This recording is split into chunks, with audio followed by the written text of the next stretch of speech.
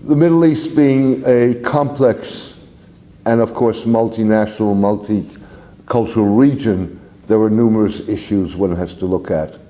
The most immediate issue is obviously the issue of the Iranian nuclear program and how efforts to contain Iran are going to play out. So with other words, US action against Iran in terms of the American position on the nuclear agreement does not necessarily mean its immediate demise. A lot is going to depend on how the Europeans handle this and to what degree the Europeans are willing to stand up to US sanctions. The second issue I think one has to watch is, of course, the Saudi-Iranian rivalry, and that plays out on multiple fronts. That plays out in Syria, it plays out in Lebanon, it plays out in Iraq, it plays out in Yemen, and it plays out domestically. So on the regional fronts, the question I think is, the Saudis have reached out to the Iraqis and to Iraqi Shiites in ways that they haven't before. And Iraqi Shiite leaders have responded to that. And so the question is whether that is going to become the new norm and the way that the Saudis are going to try and confront Iranian influence in the region. And the probable litmus test for that question is going to be Lebanon, where Shiite forces, and particularly Hezbollah, have done very well in the elections, and past Saudi attempts to roll back Hezbollah influence in Lebanon have failed. So the question is whether Iraq becomes a model of the way to try and approach things. Obviously Yemen, an ongoing war that for the Saudis is turning into a public relations disaster, and on top of that is straining relations in what may be its most fundamental regional alliance, which is the one with the United Arab Emirates. Syria, of course, in terms of not only big power play, the US and Russia, but more immediate and maybe more dangerously, a potential Iranian-Israeli confrontation over Israel's refusal to accept an Iranian military presence of any significance in Syria.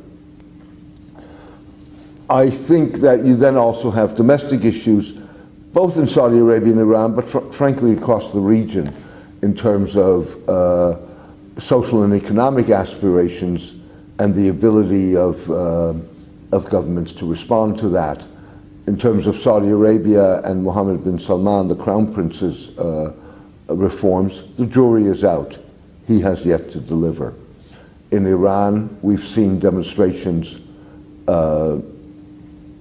mass anti-government demonstrations in December, January, but still continued protests on a local basis to which the government has to respond. And the question there, of course, is the degree to which efforts by the United States and others to contain Iran, which would include economic sanctions, to what degree that impacts the government's ability to address issues of economic issues and also issues of massive corruption in Iran. I think the final issue, not the final issue, there are any number of others, but the last issue that I would want to highlight is the issue of the Israeli-Palestinian conflict, where most probably US attempts as they are shaping up to try and resolve the conflict will fail, in part because the United States increasingly is being viewed as partisan in the conflict, but also because you have a Palestinian polity that's totally divided and with very weak leadership. And you have an Israeli government that really has no interest in a deal and is under no pressure to come to an agreement. And so the joker in all of this, if you wish, is what happens on the streets.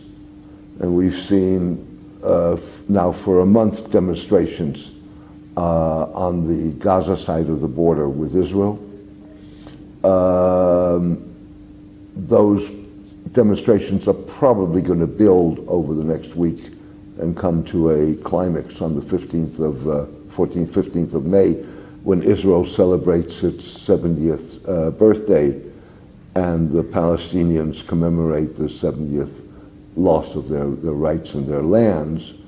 And the real question there is whether they can sustain popular pressure beyond the middle of May to a degree that it forces governments to take that into account.